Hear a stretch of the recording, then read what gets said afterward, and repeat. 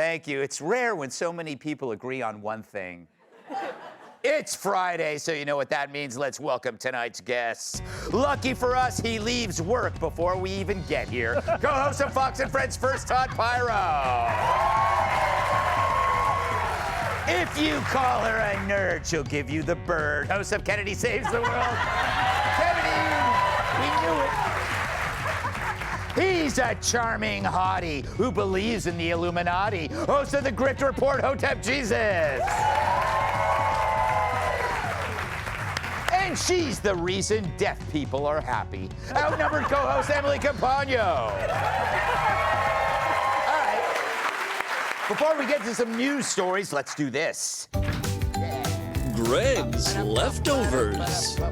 It's Leftovers, where I read the jokes we didn't use this week, and as always, it's my first time reading them, so if they suck, we'll give Joe Mackey a prostate exam with a nail gun. Ouch.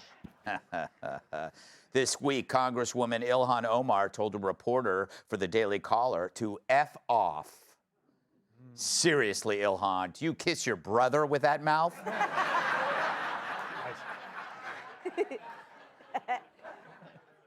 A company claims they're coming out with leather purses made from 66-million-year-old dinosaur DNA.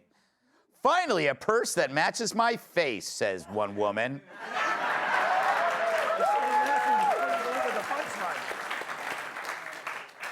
According to court documents, illegal immigrant Kilmar Abrego Garcia allegedly bragged that he could kill his wife and get away with it.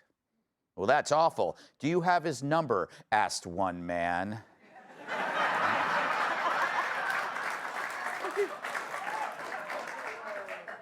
A group of Tren de Aragua gangbangers spelled out SOS at a Texas detention center. President Trump responded by hiring a pilot to write this.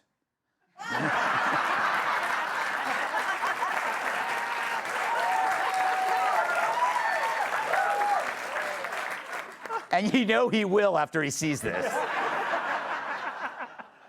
Disney's Star Wars will, Disney's Star Wars show, Andor, will introduce lesbian characters to the series. In a related story, they're also introducing the world's first vibrating lightsaber. Yesterday at the International Space Station, the 5th all-female spacewalk took place.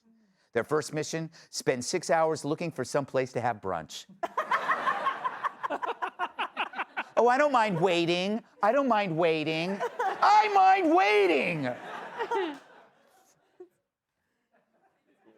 For the first time in decades, the Subway sandwich chain has dwindled to less than 20,000 locations. As a result, you'll never guess who showed up to work today wearing all black. Speaking of Joe Biden, what? I read that wrong. Speaking of The View, Joe Biden will have his first post-presidency chat on The View. Yeah, they're calling it the first ever open casket interview. Monday is Cinco de Mayo, which means right about now, technicians are getting ready to lower J.B. Pritzker into a vat of guacamole. Democratic Congressman Sri Thanadar, who is trying to impeach President Trump, is facing backlash for once abandoning over 50 monkeys and leaving them in cages. However, one did manage to escape and land on his head. Gavin Newsom claims he only noticed Biden's cognitive decline once during the 4 years Biden was in office. And that one time was when Biden endorsed Gavin Newsom. According to a new poll, the city with the most STDs in the nation is Detroit. Woo! Don't look at me, said one man. A new HHS report says gender dysphoria should be treated with therapy, not surgery and hormones. The therapy? Well, when men say they think they're women, the shrink says, that's crazy, you have a penis. In California, a panhandler has gone viral for being very good looking. Well, looks like someone is going to have to up his game. A 91-year-old woman broke the running record for the age group of 90 and above. When asked what inspired her to run so fast, she responded, Andrew Cuomo. Geologists in Mississippi have discovered fossils of a prehistoric sea monster called a mosasaur. Here's an artist's rendition of what the creature might have looked like.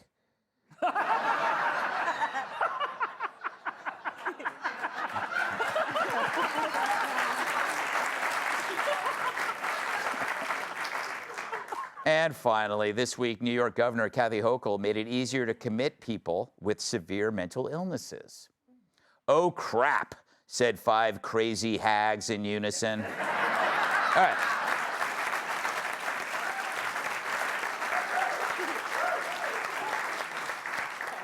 So the Dems have this incredible superpower. No matter what the story, they're drawn to the craziest, least popular position. Like moths to a flame, or J.B. Pritzker to the nearest Arby's. Let's start with the Maryland dad. Before you could say Ward Cleaver, they decided he was just a wholesome father of 3. We knew it was bull, but we had to bide our time and listen to the Dems and the media painting this thug as a Gandhian gang threads. Of course, their narrative blew up in their faces like a gift basket from the Unabomber. We soon learned his wife filed a protective order against him in 2021, where she said he punched, scratched, and grabbed her.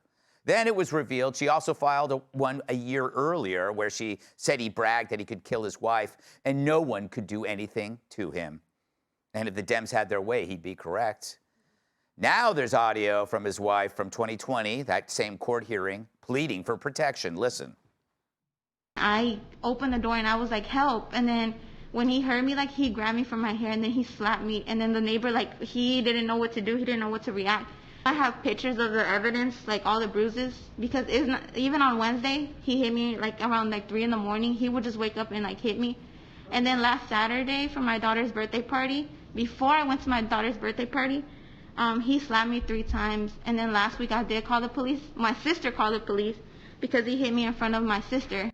I wonder how Senator Van Hollen would feel about his brunch date now if that was his daughter. Great work, Dems. You really are the party of women. But only if they're men first. Like the Kansas City dude, Owen McIntyre, arrested for firebombing a Tesla dealership. He was released after his lawyer claimed he needed gender-affirming care. Sadly, that gender-affirming care doesn't mean a kick in the balls. He's still facing charges, but instead of sitting in jail, he's home with mom and dad. Something you or me would never be granted if we did the crime. I gotta hand it to these X-Men. They know how to transition from criminal to victim. So what's next? A musical and about an accused murderer? Funny you should ask. In San Fran, a new musical based on the alleged United Healthcare CEO murder debuts next month. It's being described as irreverent, although the family of Brian Thompson, Luigi's victim, they might disagree. But the left now sees the killer as an accidental folk hero. The show's sold out, so one has to wonder, will their next musical be about Abrego Garcia? I can already imagine the songs. Gilmore! Oh, what a guy in the blink of an eye. He's a star who won't lead us astray. From El Salvador, always striving for more. He's who we all want to be someday. Don't believe the news, he's got real cool tattoos. No way this dude is in a gang. No way, he's the father that we all wish we had. In his arms you will never be sad. He's a flawless and fabulous Maryland dad.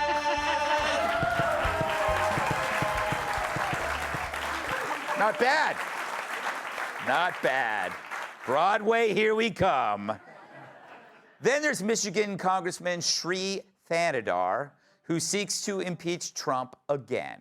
Some role model. In 2010, a drug lab he owned where animals were used in tests went bankrupt. Over 100 beagles and 55 monkeys were abandoned. The poor animals were rescued eventually by animal activists, no thanks to Thanedar.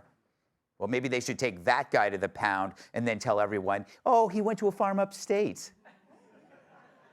So that's 3 winners the Dems have picked: a wife beater, an arsonist, a heartless scum. But it's no shocker. In the modern liberal mind, there can be no bad guys, because isn't every bad guy a victim too? Of course, if you believe all bad guys are victims, then the real victims, they lose any justice for their suffering. But it's how the Dems treat victims in general. They've never devoted so much energy to an American victim of crime the way they lubricate over the Maryland dad. You might say they care more for the predators than their prey, but in reality, they really only care about themselves.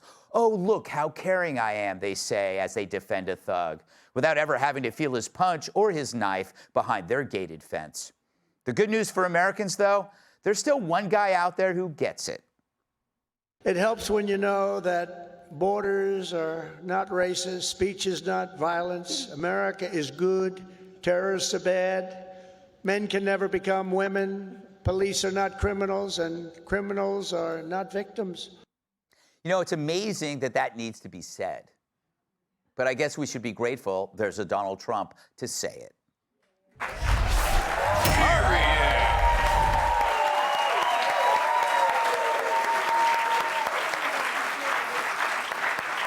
Todd, it always seems that the left chooses the most unpopular person and defends them. Does it bother you, being unpopular, Yes. that you were never chosen? I mean, my time is coming. Have you been on this show with me? Yes. I have to stand up and beg the audience to applaud. Yes. Trust me, it's coming. Get ready. But at first, I originally thought about this as like, this is just the antithesis of Trump's love of that central casting motif, whereas Trump has this image of what you are supposed to look like and what you're supposed to do, and the left is rebelling against that, picking the exact antithesis of it. But I think it goes a lot deeper, and I think your monologue really laid it out. So the answer is why? Why is what you stated forth in your monologue happening? It all comes down to education. Because when I was growing up, we had heroes and we had bad guys, and that was it. It was a pretty clear, demarcated line. But now, to your point, when you're in these classes and you're getting indoctrinated in woke culture in preschool, that line is blurred. And so somebody like a Luigi Mangione, a Kilmar Abrego Garcia, they become the hero and the victim becomes the anti-hero. And it's sad that we're in this world, but we are. Again, don't tell anybody this. If you could keep this between us, this is not part of my joke, much like everything I say. In middle school, I once advocated for everybody that committed a crime to get the death penalty. Now, arguably, we have, that was my teacher. Arguably a little extreme. Yes. But it just shows that while that may not be the solution, what we have right now can't be reality either. Stop laughing. Me killing people who, like, jaywalk, Emily Campagna. That's right. My guess is you had a very lonely childhood. I thought about these thoughts in the solitude of my bed. Yes, exactly. 12, 13 years of therapy, and look how you are now. Still lonely. Yes. So, Kennedy, why do you think, I mean, you can look at the entertainment industry, you can look, like, you know, the 60s gave us Bonnie and Clyde movie. That was like where we started going into, like, the romancing the bad guy. Yeah. Where do you see it begins? And then you have things like natural born killers. And, you know, and there are always things that kind of fan outrage. And artists do it, so people talk about their work.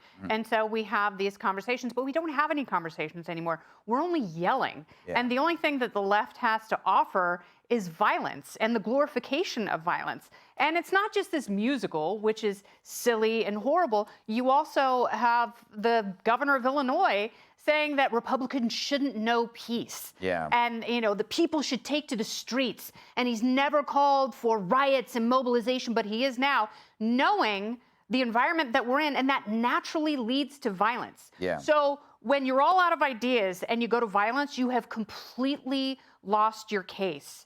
And they know that they have lost the war because we were told that Trump's ideas were too extreme. And if we only had the opposite of that, that the United States would come back together, divisions would be healed, and we'd be on a much better path. We had that for 4 years. And all people had to do was answer that age-old political question, are you better off now than you were 4 years ago? And the answer was absolutely not. So, you know, whatever moderation they promised, it was so much more extreme. And there are still Democrats who are clinging to that because they don't have ideas. They don't want to see people come together. All they can sell is division by class and race and everything else. And it makes the country unlivable. And that's why you've seen people fighting back, because they want their country back.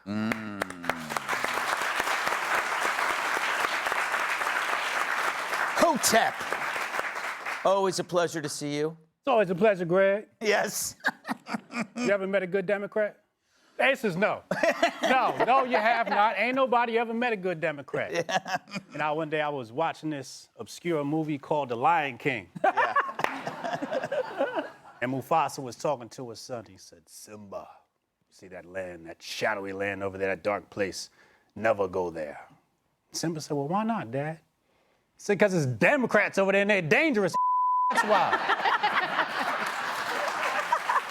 That was edited out of my version. But if you wait till the end of the movie, you gotta wait for the credits.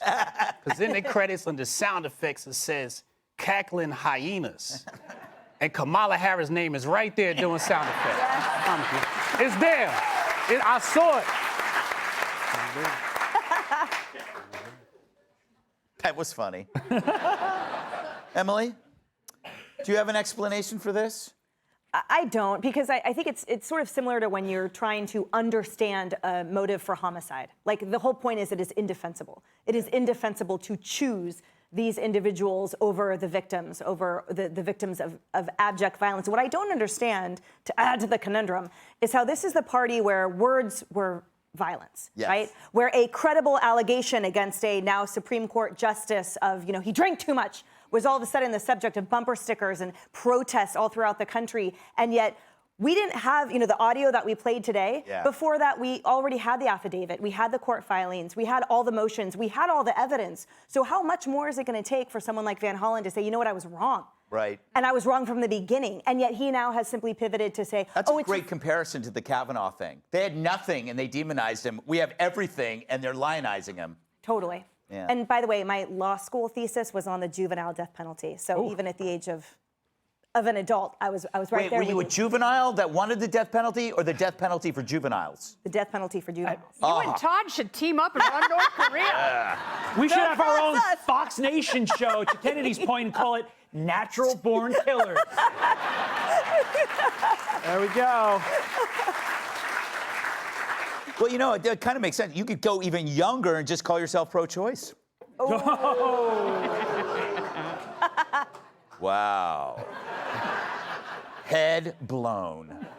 Up next, Trump pumps iron. Hey, Sean Hannity here. Hey, click here to subscribe to Fox News YouTube page and catch our hottest interviews and most compelling analysis. You will not get it anywhere else.